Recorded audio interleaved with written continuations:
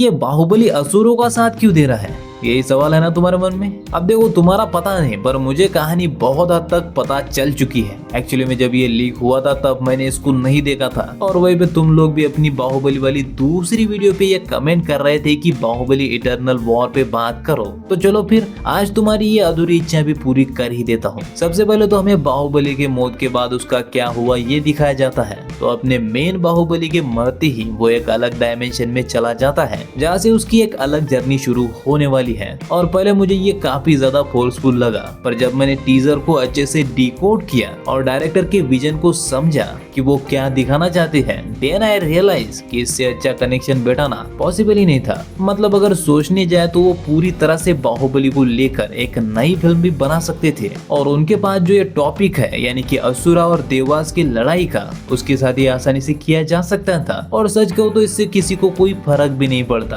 पर इस तरह से कनेक्शन बिठा के उन्होंने कहानी को और लेयर्स दिए हैं। और यार टीजर का एनिमेशन तो अच्छा है ही, लेकिन बहुत ही बारीकी से टीजर में डिटेलिंग की गई है। जैसे कि बाहुबली एक अलग आयाम में तो आया है, लेकिन उससे जो उस कटप्पा वाली लड़ाई में चोटें लगी थी वो अभी भी उसकी बॉडी और चेहरे पे दिखाई दे रही है। अब इसे कंटिन्यूटी कहते हैं, जो कि मैंने तुम्हें अपनी इस वाली वीडियो में अच्छे से एक्सप्लेन किया है। खैर, मैं पहले ही क्लियर कर दूं कि भले ही इसके कैरेक्टर्स और प्लेसेस हिंदू मिथोलॉजी से लिए जा रहे हैं, लेकिन ये कहानी पूरी तरह से एक नए फिक्शन पे रिलाय करने वाली है। यानी कि इसका मेंशन पहले किसी भी कहानी में नहीं हुआ है, और इसका सबूत हमें विश्वासुर से ही मिल जाता है। जहाँ तक मुझे पता है ऐसा कोई असुर पहले से किसी भी कहानी में एग्जिस्ट नहीं करता, और अगर करता होगा तो मुझे कमेंट में जरूर बताना। लेकिन हाँ, the fallen city of Tripura Patal Lok, ये नाम तुमने जरूर सुना होगा। नहीं सुना? कोई बात नहीं, मैं बता देता हूँ। तो हिंदू पौराणिक कथाओं के अनुसार त्रिपुरा महान असुर वास्तुकार मयासुर द्वारा निर्मित 3 नगर थे। ये समृद्ध शक्ति और विश्व पर प्रभुत्व के महान नगर थे,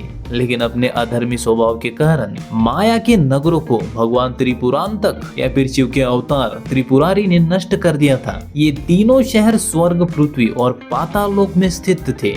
बेसिकली तुमने कई सीरियल में तीनों लोक का नाम तो सुना ही होगा, ये वही है। और अगर तुम टीजर में दिखाए गए पाताल लोक को ध्यान से देखोगे तो वो पूरा बर्बाद हो चुका है। हमें आसपास की बिल्डिंगे और वो पुतले सब कुछ बिखरा हुआ, टूटा हुआ दिखाई दे रहा है। और ये सब देखना क्या है, लिखा हुआ भी तो आ रहा है साइड में। पर जैसा कि मैंने कहा कि ये पूरी तरह से नई कहानी होने वाली है, तो पाताल लोक को शायद महादेव के अवतार ने नष्ट नहीं किया होगा, बल्कि मुझे ऐसा लगता है कि बाहुबली के जाने से पहले ही वहाँ असुरों और देवों के बीच एक महायुद्ध हुआ होगा, जिसका नतीजा ये टूटा हुआ पाताल लोक है, जिसमें देवता बुरी तरह से असुरों को हरा के उनके शहर को नष्ट कर देंगे। और ऐसा मैं क्यों सोचता हूँ ये मैं तुम्हें थोड़ी देर में बताने वाला हूँ। लेकिन कहानी को ध्यान से देखने से ऐसा पता चलता है कि बाहुबली का आना पहले से ही तय नियति थी। शायद इसीलिए असुर और देवता दोनों उसका इंतजार कर रहे थे। और अब जो अंतिम लड़ाई होने वाली है उसमें बाहुबली असुरों का नेतृत्व करेगा, और यही टीजर का असली सवाल है जो सबको बेचैन कर रहा है। और सच को तो मेकर्स यही तो चाहते थे, बाहुबली असुरों का साथ क्यों दे रहा है, यही वो सवाल होने वाला है जो तुम्हें 2027 तक क्यूरियस रखेगा। खैर, वहां तक जाने की जरूरत नहीं है, इसका जवाब मैं तुम्हें आगे देने वाला हूँ। लेकिन पहले कुछ और चीजों के बारे में जान लेते हैं, जैसे कि इंद्रा का इतिहास। ये जो बंदा है ना, इसकी असुरों से जन्मों जन्मों की लड़ाई है, क्योंकि इंद्र का विवाह असुर राज पोलावा की पुत्री सची के साथ हुआ था।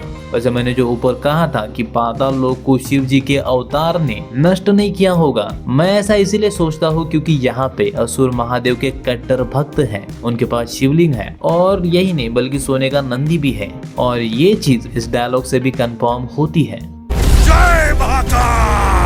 और वैसे भी इसमें कोई नई बात नहीं है, कई असुर भगवान शिव के भक्त थे, या फिर सारे ही असुर भगवान शिव के भक्त हैं, जिनमें रावण और बानासुर जैसे शक्तिशाली असुर राजा भी शामिल है। और ये लोग ऐसा इसीलिए करते हैं क्योंकि शिव जी अपने भक्तों में भेद नहीं करते और किसी भी प्रकार की पूजा या फिर तपस्या को स्वीकार कर लेते हैं। इसीलिए उन्हें भोलेनाथ कहा जाता है, क्योंकि वो तपस्या कोई असुर भी कर रहा हो तो भी वो उसे वरदान दे देते हैं। वैसे क्या तुमने विश्वासुर के पास वो थैनोस का हाथ नोटिस किया? खैर मिलता जुलता तो है, पर इसके अलावा नोटिस करने वाली बात ये भी है कि यहाँ पे बाहुबली कोई खास तपस्या कर रहा है, जिसकी वजह से शायद उसे शिवजी से वरदान के रूप में खास हाथियों वाला रथ, जो हाथियों को लेकर हवा में उड़ रहा है और वो भी बहुत ही स्पीड में, और उसके साथ धनुष्य भी मिला है। दूसरी तरफ अगर देखोगे तो इंद्र के पास धनुष्य में उसका वज्र दिखाई दे रहा है, जो बहुत ही ज्यादा पावरफुल हथियार माना जाता है। और इंद्र इस सिचुएशन में कितना पावरफुल है इसका अंदाजा तुम इससे भी लगा सकते हो कि उसने अपने सबसे पावरफुल वज्र का यूज विशासुर पे किया भी नहीं, वो उससे वैसे ही लड़के हरा दे रहा है।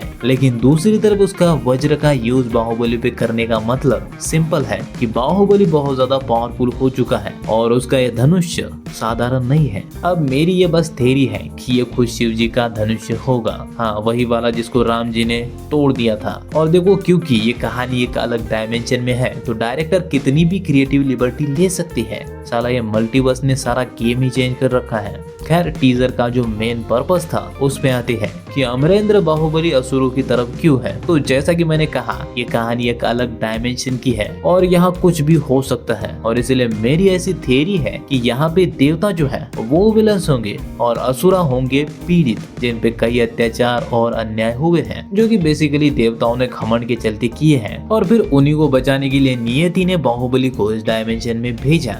वैसे अगर तुम पूरे टीजर को देखोगे तो जाहिर तौर पे इंदिरा विलन लग रहा है, और ये कोई नई बात नहीं है। बचपन से लेकर अब तक इंदिरा को कई बार घमंड के चलते मैं विलन बनते हुए देख चुका हूँ। खैर यहाँ पे देखने वाली बात ये भी है कि असुरों पे कई बार देवताओं ने अन्याय किए हैं, जैसे कि समुद्र मंथर को ही ले लो। तो बेसिकली ऐसा होने के काफी ज्यादा चांसेस है कि डायरेक्टर उसी दिशा में जा रहे हो जहाँ देवताओं ने असुरों पे अत्याचार करके उन्हें तबाह कर दिया। और यार पर्सनली मुझे ऐसा हुआ तो देखने में मजा आएगा, क्योंकि चीजें बहुत नई और फ्रेश होंगी। बाकी मूवी को आने में बहुत ज्यादा टाइम है और ये कहा तो जा रहा है कि ये 2 पार्ट में ही खत्म होगी, लेकिन ऐसा मैं नहीं मानता। एनिमेशन एक ऐसी दुनिया है जो लाइव एक्शन के कंपैरिजन में बहुत ज्यादा छूट देती है कुछ भी करने की। तो अगर ये फिल्म चल गई तो सीक्वल्स की संख्या बढ़ने वाली है। फिल्म का बजट 120 करोड़ है भाई, इतना तो साला कई सारी लाइव एक्शन फिल्मों को भी नहीं मिलता। और इसीलिए मैं इसको लेकर बहुत ज्यादा एक्साइटेड हूँ, क्योंकि शायद कुछ नया देखने को मिलने वाला है, लेकिन नॉस्टैल्जिया के साथ। और हाँ, एक्साइटेड से याद आया, तुम लोग पूछ रहे थे कि SRK का किंग वाला अनाउंसमेंट वीडियो जो आया था उस पे मैंने वीडियो क्यों नहीं बनाया। तो यार सच को तो मैं बनाना चाहता था, मतलब SRK की वीडियो